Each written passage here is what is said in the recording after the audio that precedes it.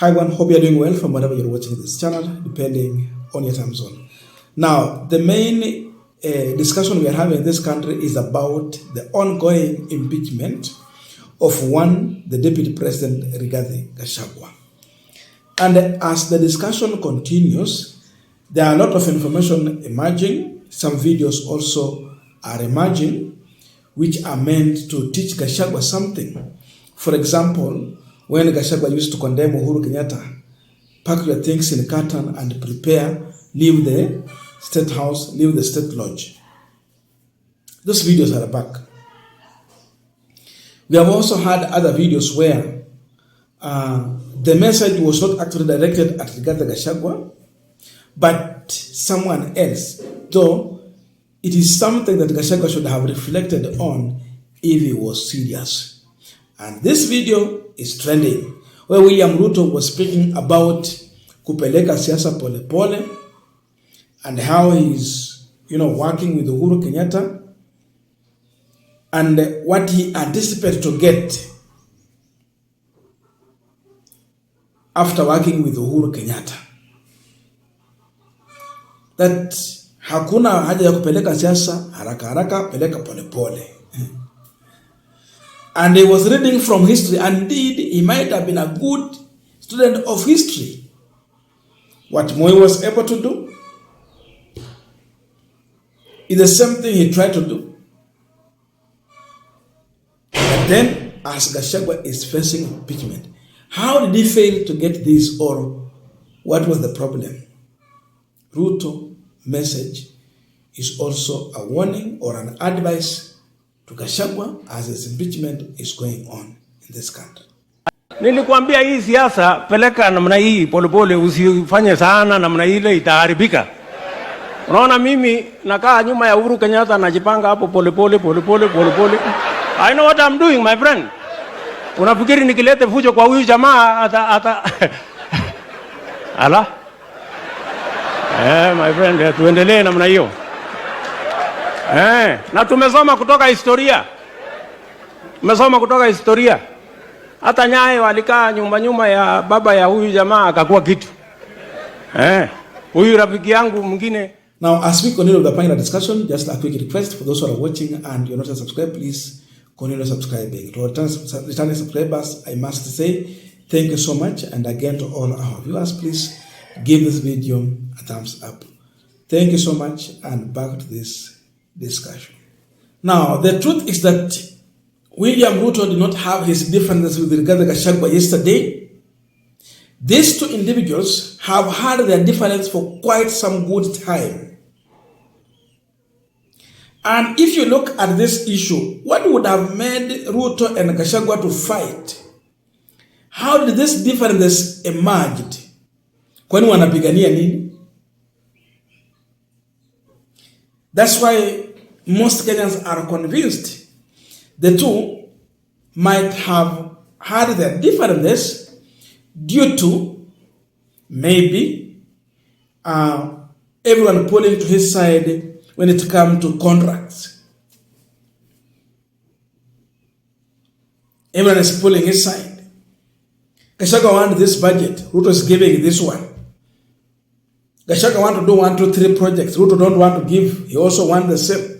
Those are just allegations. It can be a possibility that that's how the differences emerged. Kila mtu anataka.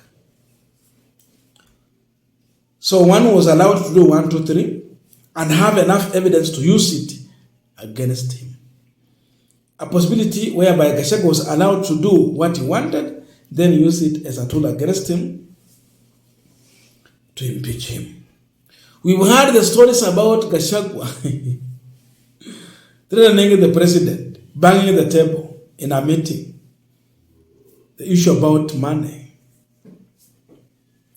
So, Ruto is a leader who is driven by emotion, and we saw this one a long time ago during the campaign. Gachagwa is same and is the worst. Emotion is the driver, key driver in Gachagwa. He takes the decision based on emotion. Kama hajakupenda ni hivyo, akikupenda basi. Kama mjakubaliana ni hivyo. Emotion. When you have a leader who is ruled by emotion, you end up in a ditch. So Gachagua did not know timing. Yes, you might have differences, and even you can see betrayal is coming. But you need to be very careful. Timing, very important. As Ruto is saying, kuna wakati ilikuwa acheze chini, lie low like an envelope. He never know seasons and time. If he was well aware, he will be serving his term. Naona watu wanakumbusha Gachagua paka mambo ya mitego. Alisema anaweka mitego kule State House. What happened? He made State House look like inafaa ikuwe tu ya watu wa Mount Kenya na wa Rift Valley, forgetting it is a national institution of the people. They're the one who give you mandate to be there. Not a property of Mount Kenya or Rift Valley. Gachagua had advanced this narrative of tribalism. Mulima, Mulima, Mulima. Everywhere it was Mulima. Watu wetu, shares. I saw Gachagua comparing himself to Moses Masika Wetangula. Wetangula is the speaker.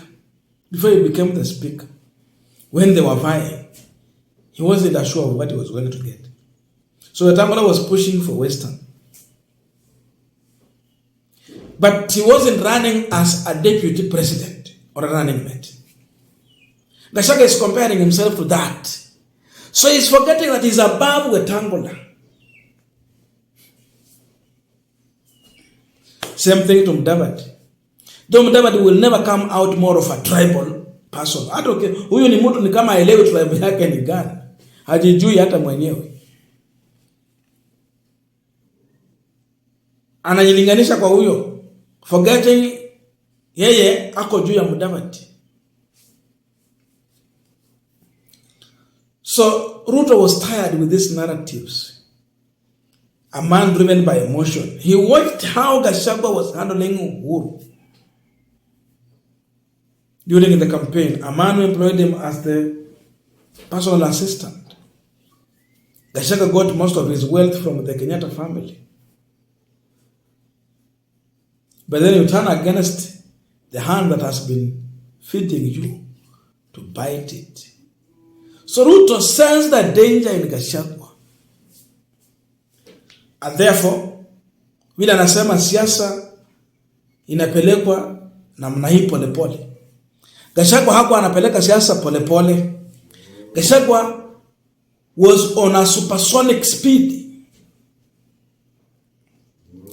Gachagua is overambitious leader. And this can never give peace to his boss. Because you know what the constitution say? In absence of the president, the deputy takes over. So when you have an overambitious deputy president, when you sit pretty in the office, think you are safe. You are not. Then look at the statement that Ken Mijungu shared. I shared the video yesterday. Where he talked about Gachagua advice on how to deal with the Gen Z protest. That he had a kind of a solution to that. But when he was approached by the 5 CSS to share the information with the president, then Gachagua's response was that, siyatoke, yeye, I implement. Hapa alikuwa anapeleka sasa pole pole. So Gachagua hakuwa nyuma ya Ruto. Gachagua alitamani kuwa mbele ya Ruto kila saa. Which story was he learning from? Moi was humiliated, but he knew his boss. He was loyal to Kenyatta. William Ruto, in as much he had ambitions, but through the experience in the politics and learning under the feet of Moi. He somehow did not show his cards very early to Uhuru Kenyatta. He played safe until they finished their first term in office.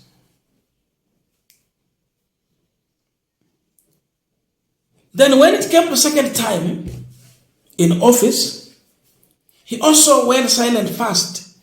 Hata handshake akaembrace akasukuma hapo kiasi. Then wakati alijua election inakuja akajipanga. So it was well organized. Ruto knew timing. Gachagwa does not know about timing in politics. It has costed him.